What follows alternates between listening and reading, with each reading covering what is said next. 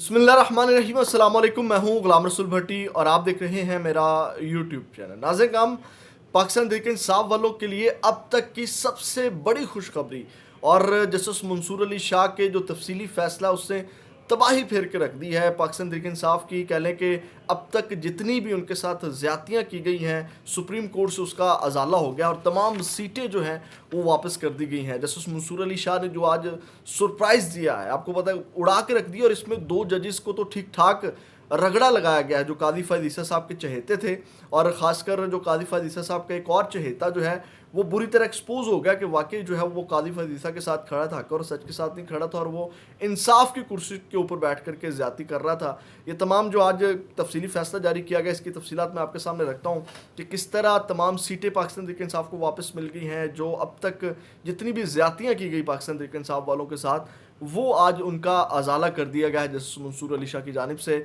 मखसूस नशिस्तों का तफसीली फ़ैसला सुप्रीम कोर्ट ने जो है वो 70 सफ़ात पर मुश्तमिल जारी किया है, और जस्टिस मंसूर अली शाह ने इसको तहरीर किया था। इसका तो आपको पता है कि पहले ही आइडिया था कि जस्टिस मंसूर अली शाह ने उसको तहरीर करके महफूज कर लिया था, अब वो सुना दिया गया है। नाज़रीन, हम उस 8 जजेस का जो तफसीली फ़ैसला है उसमें लिखा ये गया है उसमें कि पाकिस्तान तहरीक इंसाफ एक सियासी जमात है। सबसे पहले तो आपको पता है कि मानने के लिए तैयार नहीं थे। अभी जो वजाहती बयान आया सुप्रीम कोर्ट से कि जनाब ये जो 41 एमएनएस हैं ये पाकिस्तान तहरीक इंसाफ के हैं, और उसके बाद जो है वो स्पीकर कौमी असम्बली ने ख़त लिखा और इलेक्शन कमीशन ने दोबारा जो है वो उनको सुन्नी इत्तेहाद कौंसिल का डिक्लेयर कर दिया।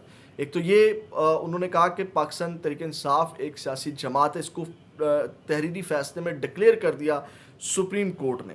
उसके बाद उन्होंने कहा कि तहरीक इंसाफ ने 2024 के आम इंतखाबात में कौमी और सूबाई असम्बलियों की नशिस्तें जीती हैं या हासिल की हैं। ठीक है, उसके बाद यानी कि जितनी भी नशिस्तें जीती हैं कौमी और सूबाई असम्बली की, वो पाकिस्तान तहरीक इंसाफ की हैं। उसके बाद तफसीली फ़ैसले में कहा गया है कि पेशावर हाई कोर्ट के फ़ैसले को कलअदम करार देते हैं, यानी कि जो पेशावर हाई कोर्ट ने फ़ैसला दिया था पाकिस्तान तहरीक इंसाफ के हवाले से और सुन्नी इत्तेहाद कौंसिल के उम्मीदवार डिक्लेयर किया था, वो सारी चीज़ें।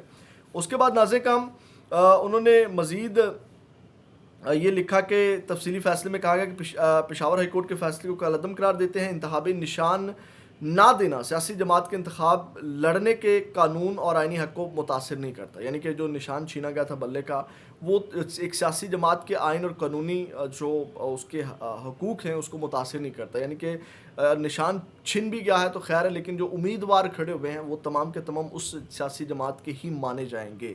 यानी कि जो आज़ाद उम्मीदवार खड़े हुए पाकिस्तान तहरीक इंसाफ के प्लेटफॉर्म से, वो पाकिस्तान तहरीक इंसाफ के ही माने जाएंगे, खा किसी भी निशान के ऊपर उन्होंने इलेक्शन लड़ा। उसके बाद नाज़रीन काम आगे उन्होंने जो फैसले में कहा गया कि आइन और कानून सियासी जमात को इंतखाबात में उम्मीदवार खड़े करने से नहीं रोकता। ठीक है, आइन और कानून यानी कि उन्होंने कहा कि नहीं रोकता, जो भी अगर निशान ले भी लिया जाए कि जनाब वो उस सियासी जमात के प्लेटफॉर्म से खड़ा नहीं हो सकता।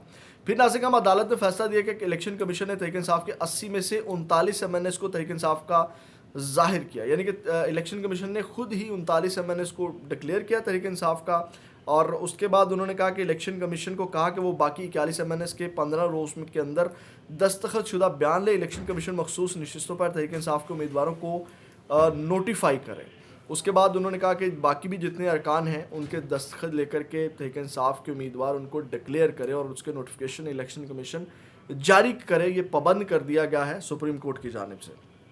उसके बाद नाज़रीन काम फैसले में कहा गया है कि इलेक्शन कमीशन के 1 मार्च के फैसले की कोई कानूनी हैसियत नहीं है, और इलेक्शन कमीशन का 1 मार्च का फैसला आइन से मुतसादम है। यानी कि इलेक्शन कमीशन ने जो 1 मार्च को फैसला दिया था उसको गैर आइनी करार दे करके कलअदम करार दे दिया है। और उसके बाद नाज़रीन हम इलेक्शन कमीशन मुल्क में जमहूरी अमल का ज़ामिन और हुकूमत का चौथा सतून है, मगर कमीशन फरवरी 2024 में अपना ये किरदार अदा करने में नाकाम रहा है। अब ये भी बात क्लियर होगी सुप्रीम कोर्ट के फैसले में कि जो कहा जा रहा था कि फॉर्म 45 और फॉर्म 47 का जो रौला है, ये सुप्रीम कोर्ट के फैसले ने मोहर लगा दी है कि जनाब ये जो इलेक्शन है मुतनाज़ा हुआ है। अब असूलन तो नए इलेक्शन की तरफ जाना चाहिए इस फैसले के बाद कि जनाब मेरी इलेक्शन जो है वो अपना इलेक्शन कमीशन अपना किरदार अदा करने में, शफाफ इलेक्शन करवाने में नाकाम रहा है। ये सुप्रीम कोर्ट अपने फैसले में लिख रही है।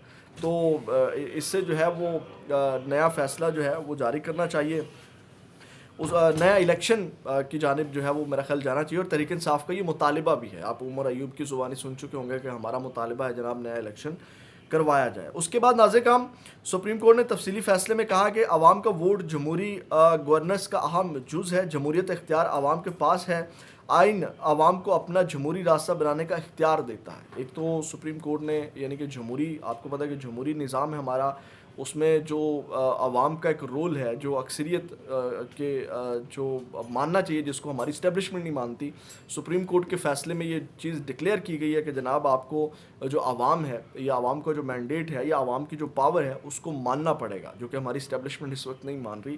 ایک تو یہ بھی کہہ لیں کہ سیدھا سیدھا پیغام ان کے لیے بھی ہے کہ جناب جو عوام ہے، جو عوام کی طاقت ہے، اس کو بھی ماننا پڑے گا۔ اس کے بعد ناظرین کرام اکثریتی ججز کے فیصلے میں کہا گیا ہے کہ بھاری دل سے بتاتے ہیں کہ دو ساتھی، آپ کو یاد ہوگا کہ جسٹس جو امین الدین ہے اور جسٹس نعیم اختر افغان ہے، انہوں نے اس فیصلے سے اتفاق نہیں کیا تھا اور اسی وقت اختلافی نوٹ لکھے تھے، اس کا ذکر بھی اس فیصلے میں کیا گیا ہے۔ ذکر کیا کیا گیا ہے؟ انہوں نے کہا کہ اکثریتی ججز کے فیصلے میں کہا گیا کہ بھاری دل سے بتاتے ہیں کہ دو ساتھی ججز جسٹس امین الدین، جسٹس نعیم اختر افغان نے ہمارے فیصلے سے اتفاق نہیں کیا۔ تو اس حوالے سے ناظرین کرام اب انہوں نے جو ہے وہ اس کو اختلاف کیا اور اس میں جسٹس امین الدین کا نام ہے، اور آپ کو یاد ہے کہ ابھی جو صدارتی آرڈیننس آیا ہے، اب اس کو آج سندھ ہائی کورٹ میں بھی چیلنج کر دیا گیا ہے، لاہور ہائی کورٹ میں بھی چیلنج کر دیا گیا ہے، اس کے اوپر الگ سے ہم بات کریں گے الگ ولاگ کے اندر۔ تو اب جسٹس امین الدین کا آپ کو سمجھ آ گئی ہوگی کہ جیسے ہی صدارتی آرڈیننس آیا تو جسٹس قاضی فیض عیسیٰ صاحب نے کس کو اس کمیٹی میں شامل کیا؟ جسٹس امین الدین کو۔ تو جسٹس امین الدین کا اختلافی نوٹ بھی سامنے آیا، تو یہاں سے آپ اندازہ لگا سکتے ہیں کہ قاضی فیض عیسیٰ کے حمایت یافتہ جسٹس ہیں اور چہیتے جسٹس ہیں ان کے۔ اس کے بعد ناظرین کرام فیصلے سے انہوں نے کہا کہ انہوں نے ہمارے فیصلے سے اتفاق نہیں کیا، ساتھ ہی ججز کی 3 اگست کے اختلافی نوٹ سپریم کورٹ کے ججز کے حوالے سے مناسب نہیں۔ ان ججز نے کہا کہ ہمارا فیصلہ آئین کے مطابق نہیں ہے، جسٹس امین الدین، جسٹس نعیم اختر افغان کا عمل سپریم کورٹ کے ججز کے منصب کے منافی ہے۔ یہ آپ اندازہ لگا لیں، وہ 8 ججز یہ متفقہ طور پہ کہہ رہے ہیں کہ یہ دو ججز نے حرکت کی ہے نا، یہ جو ان کا منصب ہے ان کو زیب نہیں دیتا۔ تو میرا خیال ہے ان کو بھی مستعفی ہونا چاہیے اور ان کو بھی ہوش کے ناخن لینے چاہیے کہ اس وقت 28 کروڑ عوام کدھر کھڑی اور یہ 2 ججز کدھر کھڑے ہیں۔ اس کے بعد ناظرین کرام فیصلے میں کہا گیا کہ بطور بینچ ممبران وہ قانونی طور پر حقائق اور قانون سے اختلاف کر سکتے ہیں، ساتھ ہی ججز مختلف رائے بھی دے سکتے ہیں اور دوسرے کی رائے پر کومنٹس بھی دے سکتے ہیں، تاہم جس طریقے سے ججز نے اختلاف کیا وہ سپریم کورٹ کے ججز کے تحمل اور شائستگی سے کم ہے۔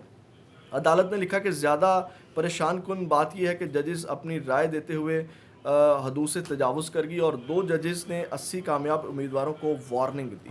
یہ آج کا جو ایک تفصیلی فیصلہ جاری کیا گیا ہے اس میں سے کہہ لیں کہ یہ اہم چیزیں جو ہیں وہ میں نے آپ کے سامنے رکھ دی ہیں۔